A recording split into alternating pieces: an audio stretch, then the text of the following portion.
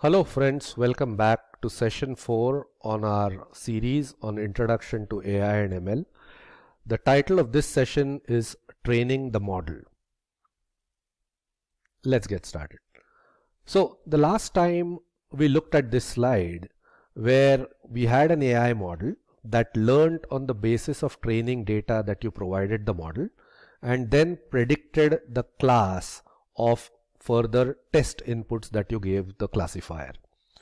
We said that really if you wanted to improve the effectiveness or the performance or the accuracy of the classifier, you have to do two things. Number one, you have to pick or develop the right model, pick or develop the right AI model. And secondly, you have to be careful about selecting your training data. You have to do both of these things. They work in tandem, and you have to do both of these things to improve the effectiveness or performance of your classifier. तो हमने पिछली बार देखा था कि अगर हमारे पास एक AI model है और अगर हमें उस क्लासिफिकेशन सिस्टम की एक्यूरेसी इम्प्रूव करनी है, बेहतर बनानी है, तो हमें सही AI मॉडल सिलेक्ट करना होगा और दूसरी चीज़ यह है कि हमें ट्रेनिंग डेटा पर भी ध्यान देना होगा.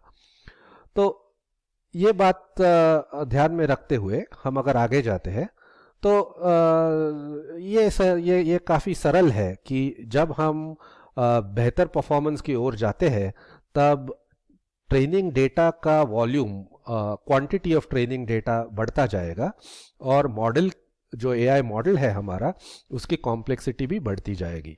सो as you aim for higher performance, the type and volume of the training data is going to go up, as is the complexity of the model. So this is fairly obvious. I mean, you want to aim for higher and higher efficiencies. Clearly the model is going to become more and more complex, and the type and volume of your training data is going to enhance as well. So just to sort of belabor this point, let's go back to the example that we've been using all along. We had this example of a simple AI model that predicted the attire of an individual, and we began by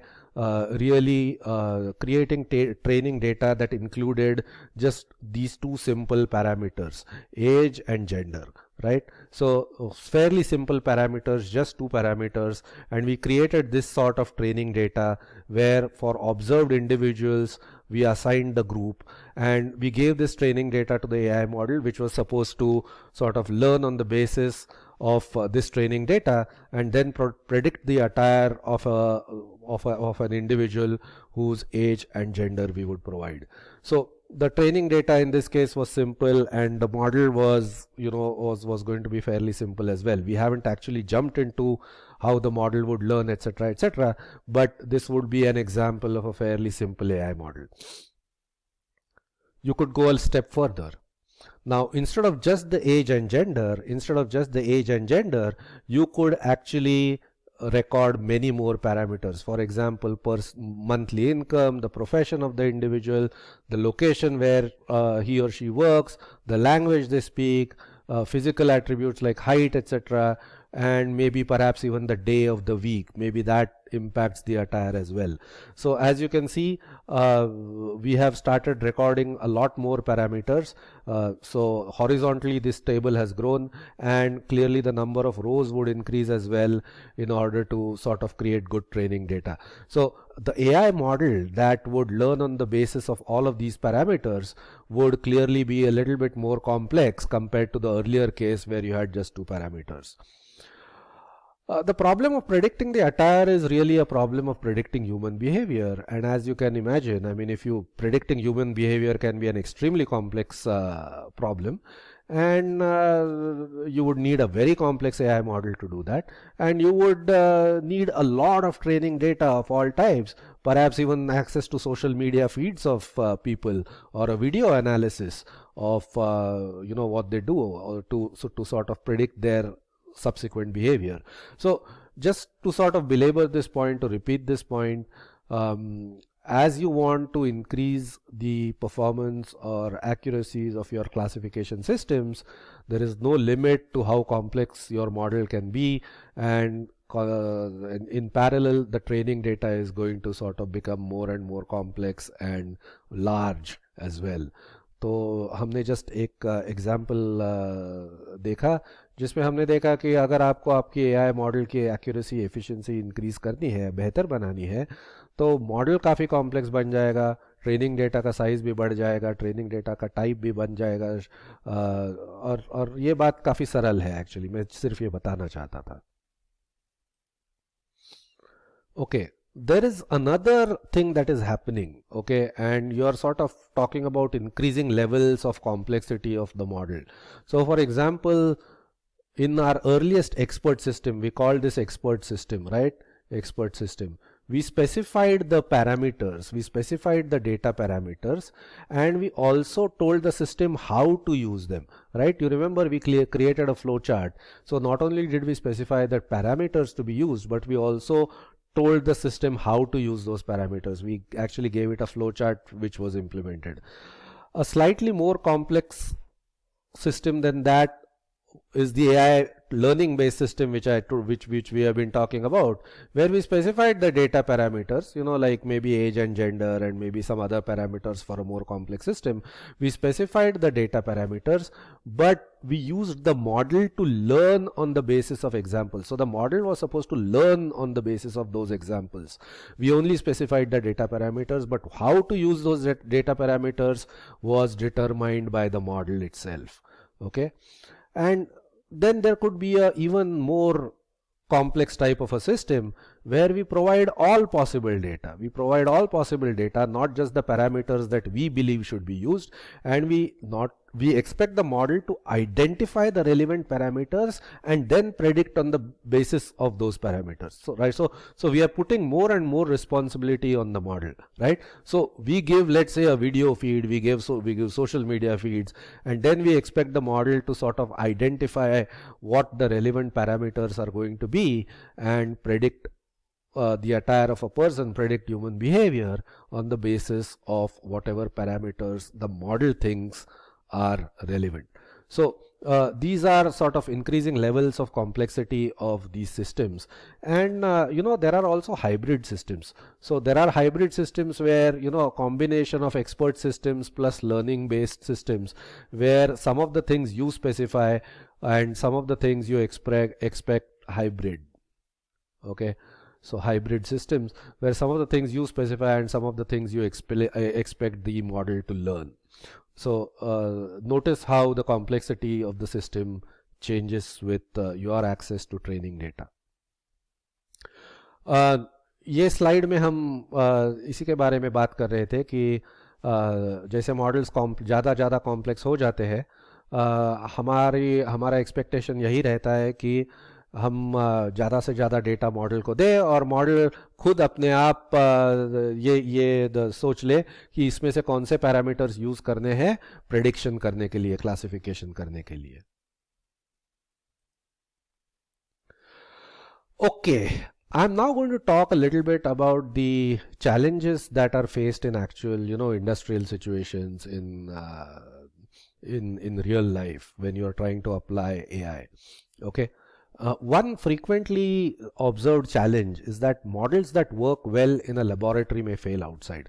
Now, this should come as no surprise to people who have worked in laboratories as well as in industry. But this is a fact. Models that work well in a laboratory may fail outside. And the reasons are many, but some of them I'll list here, particularly pertaining to the data, right? So, in a laboratory, the training data that you use in a laboratory might be inadequate, you know, to meet the demands of real world scenarios. So the training data may be inadequate. Inadequate means it's simply not enough. Another reason could be that the training data may not be representative or have a bias, right? It could be imbalanced. So imbalanced. So what this means is that the training data that you use in a laboratory may actually be not be representative or may not address all the scenarios that you're likely to see in real life in actual industries. So it may for example not have recorded certain type of scenarios at all, or it may be imbalanced. So only certain types of data may have been gathered excessively while leaving out certain other types of data. So training data may not be representative or have a bias. And the third thing that may happen is simply that there could be errors in training data, right? Mislabeling. So you characterized categories for the training data in an erroneous manner, so on and so forth. So these things happen all the time, okay, all the time. They happen all the time. And these are some of the reasons why a model that worked well in a laboratory may not work well in real life. This is a known fact. So the mismatch between training data, and actual data that you see is often referred to as a data shift or an underspecification. This is the terminology that is used, but it essentially refers to the fact that the training data that is used in a laboratory may be completely different from the actual data encountered by the model when it is deployed in the field. तो यहाँ हमने यही बात की कि जब हम किसी लेबोरेटरी में किसी यूनिवर्सिटी में अगर कोई मॉडल डेवलप करते हैं तो हम जो ट्रेनिंग डेटा इस्तेमाल करते हैं उसमें काफ़ी कमियां हो सकती है, जैसे कि वो सफिशेंट न हो, या वो सिर्फ किसी एक टाइप का डेटा हमने रिकॉर्ड किया हो, या उसमें कुछ गलतियां हो, वगैरह वगैरह. तो ऐसे मॉडल जब आप एक्चुअल इंडस्ट्री में फील्ड में लगाते हो तो उनका परफॉर्मेंस बेहतर नहीं होता है. तो इसे कहते हैं डेटा शिफ्ट और under specification.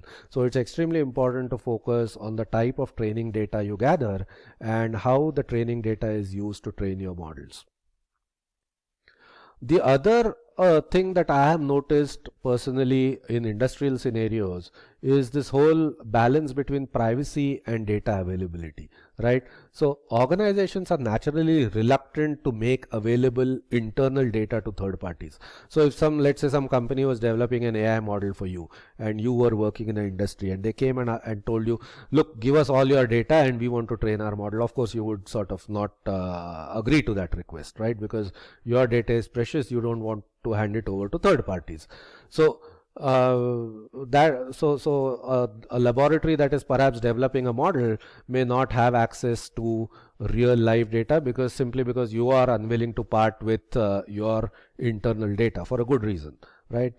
In this case, what typically ends up happening is you have to probably in an industry, you have to build or leverage existing AI models. So you have to pick existing AI models that have been found to do okay, and you have to train them internally on your data. So best thing to do is to train your models internally on the data that they are likely to encounter in real life.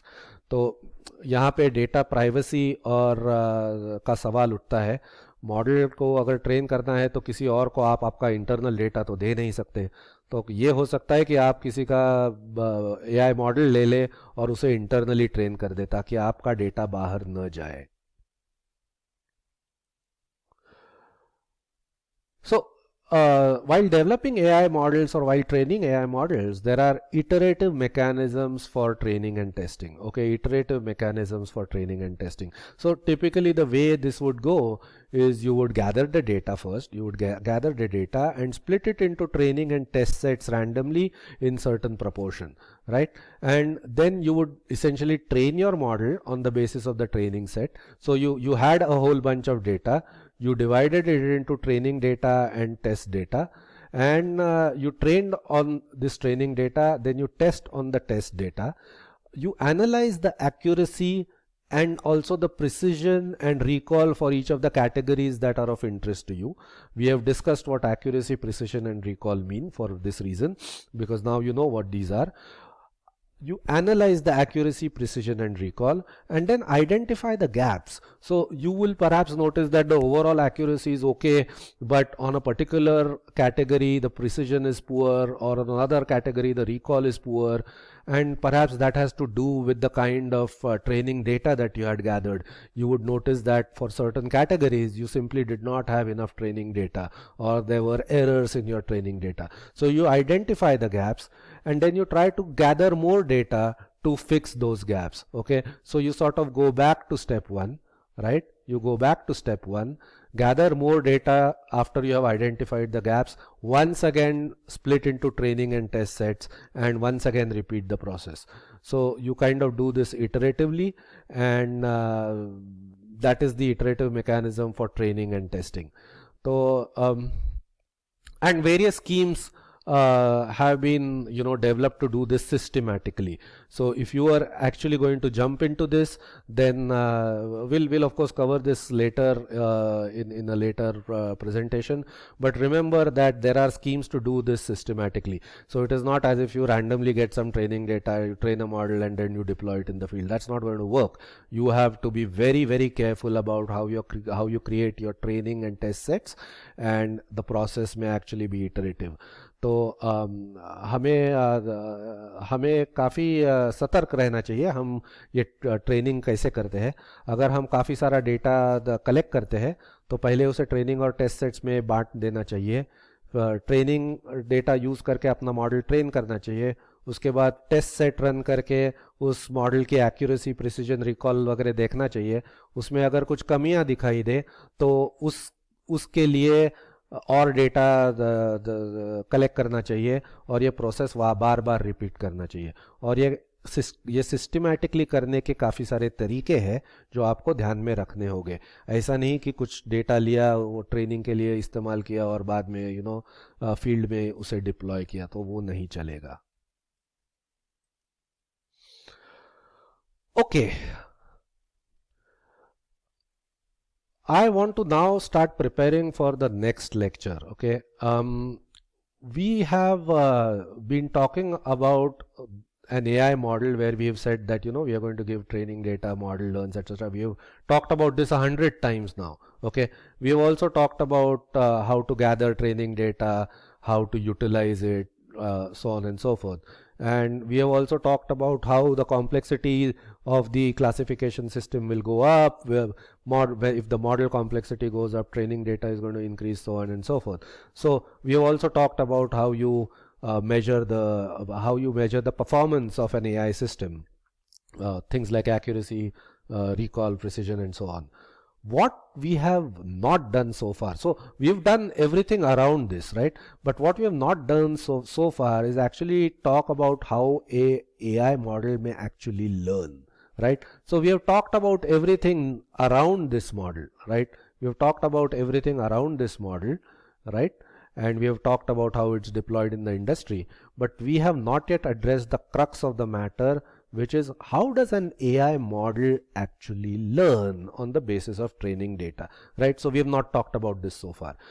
There is a reason for it. I mean, we've sort of tried to set the stage for jumping into this, right? I mean, we've sort of tried to build our appetite to learn about how an AI model learns, right? So just like in real life, unless you have an appetite, unless you are hungry, you are not really going to enjoy a food dish.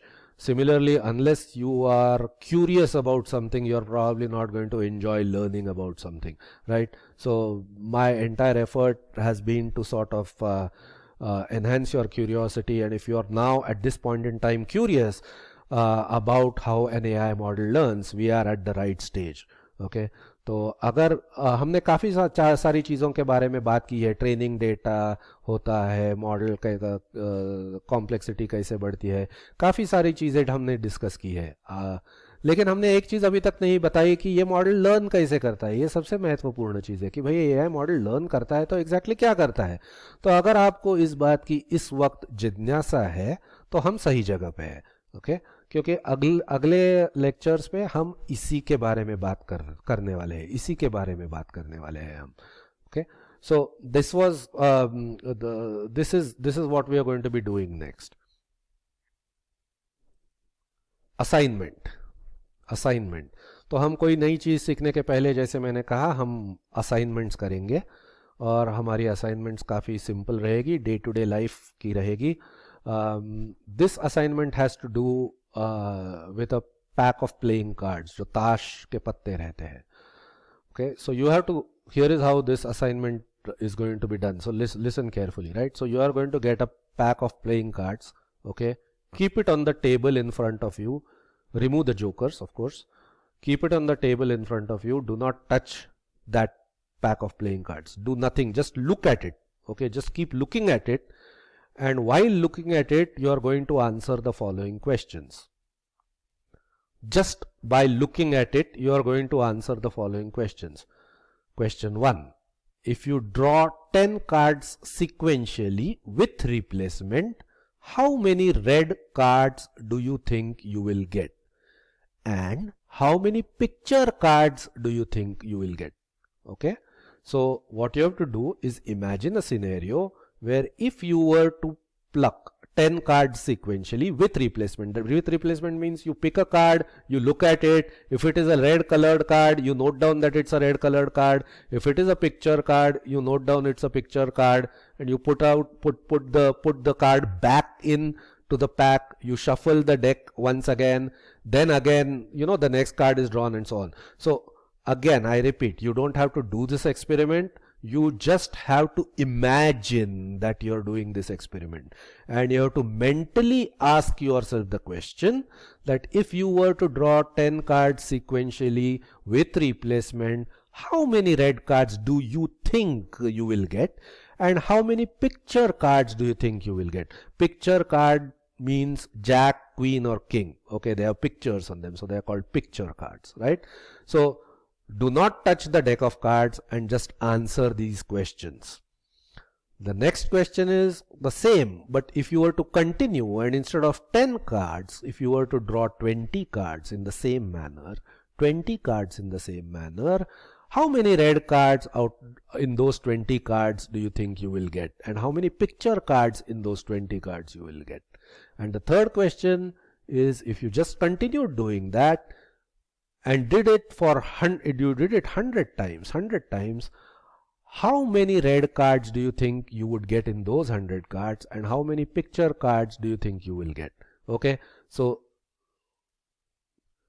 you do not have to touch your pack of cards. You just have to look at them, think about them, think what the pack of cards is, etc., etc., and you have to record your guesses. So 6 guesses, 2 guesses for 10, 2 guesses for 20, 2 guesses for 100. 2 guesses for each, in the sense for 1 guess for red colored cards and 1 guess for picture cards. Okay, so you are going to record your guesses. Okay, so here is what I am asking you to do. Simply not do anything, just look at the set of cards and think and guess how many red cards and how many picture cards you are likely to get. So perhaps your guesses were 4, then maybe 8, and maybe 41, and the number of pictures that you guessed was perhaps 6, 13, and maybe 24. Okay, so I have just put some random numbers over there, but you have to think and guess.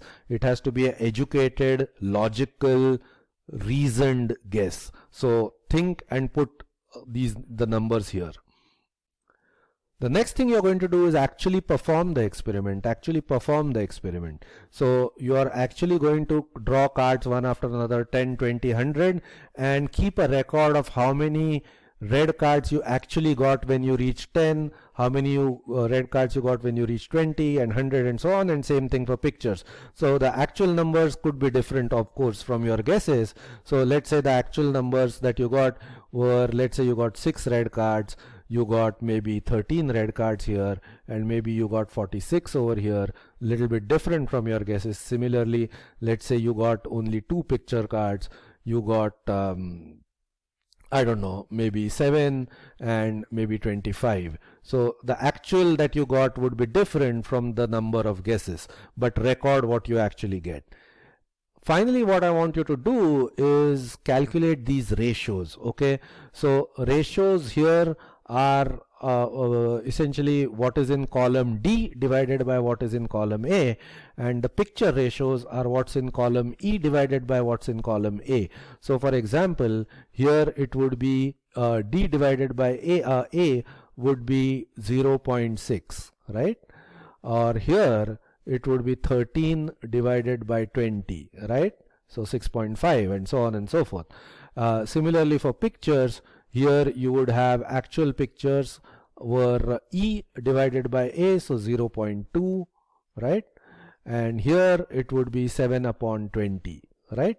So 7 upon 20. So 7 divided by 20. You can write the fractions or you can write the decimals. I'm okay with both. So this is the exercise you are going to conduct, okay, and fill in the last one as well. तो हिंदी में मैं अगर बता दूं तो आपको इतना ही करना है कि आपको ताश का एक सेट लेना है और आपको सोचना है कि अगर आपने उसमें से 10 कार्ड निकाले रिप्लेसमेंट के साथ, मतलब कार्ड निकालिए, देखिए और कार्ड को वापस पैक में डाल दीजिए व शफल कीजिए, नेक्स्ट कार्ड निकालिए वगैरह वगैरह। अगर आपने ऐसे 10 कार्ड निकाले तो उसमें लाल रंग के कितने कार्ड हो गए और उसमें पिक्चर कार्ड्स कितने हो गए। पिक्चर मतलब गुलाम या रानी बेगम या बादशाह या राजा, जो भी आप कहते हो, तो ये पिक्चर कार्ड्स होते हैं। तो लाल कार्ड्स कितने आएंगे 10 में और पिक्चर कार्ड्स 10 में कितने आएंगे, ये आपको अनुमान लगाना है। ये पहले आपको कुछ करना नहीं है। आपके ताश के पत्तों को सिर्फ ध्यान में रखते हुए आपको ये अनुमान लगाना है। वही अनुमान आपको 20 कार्ड्स के लिए लगाना है और 100 कार्ड्स के लिए लगाना है। और आपका जो अनुमान हो वो इस तरह से आपको रिकॉर्ड करना है। उसके बाद आपको ये एक्सपेरिमेंट करना है और देखना है कि एक्चुअली लाल कार्ड्स और पिक्चर कार्ड्स आपको कितने आते हैं, ओके। और फाइनली आपको ये रेशियोज मैंने जो बताया वो आपको कैलकुलेट करके यहाँ लिखने हैं। तो ये आपको रिकॉर्ड करना है। तो पहले आपको अनुमान लगाना है और उसके बाद आपको ये एक्सपेरिमेंट एक्चुअली करके देखना है, ओके। तो आपको अगर जुआ खेलने की वगैरह कुछ बुरी आदत हो तो आपको इस असाइनमेंट में बेनिफिट हो सकता है, लेकिन ये एक्सपेरिमेंट आपको करना है। महत्व की बात वापस मैं बोल रहा हूं तीसरी चौथी बार, पहले आप सोच के गेस कीजिए और बाद में एक्चुअल ऑब्जर्वेशन डाल दीजिए ये टेबल में। Okay, now some of you may say that this is too trivial an assignment for you. I mean, I'm creating these videos for a wider audience, but if this is too trivial for you and you do not want to do this assignment because it's too simple for you, I have a Bollywood assignment for you. And my question to you is as follows. Name a Bollywood movie whose story would have been completely different if the characters had known about probabilities. Okay. So I'm not asking you name a Bollywood movie where improbable things happen. I mean, that would pretty much be every Bollywood movie. I am asking you a more difficult question. Read the question carefully. A Bollywood movie whose story would have been different if the characters in the movie had demonstrated some knowledge about probabilities. That's the question. Put down your answer in the comments to this video. तो अगर वो पिछला assignment मैंने जो बताया probabilities का वो काफ़ी आसान है आपके लिए। अगर वो असाइनमेंट करना आपके शान के खिलाफ है तो मैं बॉलीवुड का एक सवाल आपसे पूछना चाहूँगा। ऐसे मूवी का नाम बताइए, कमेंट्स में डालिए, जिसमें अगर उस कैरेक्टर पात्र उस मूवी के पात्र जो थे उन्होंने अगर प्रोबेबिलिटीज़ के बारे में थोड़ी सी भी जानकारी थी उनको, तो वो मूवी की स्टोरी कंप्लीटली अलग हो जाती थी। तो ऐसे मूवी का नाम आपको कमेंट्स में लिखना है। To summarize, here are the main points of this session. Data volume and model complexity have to increase when you need increased accuracy.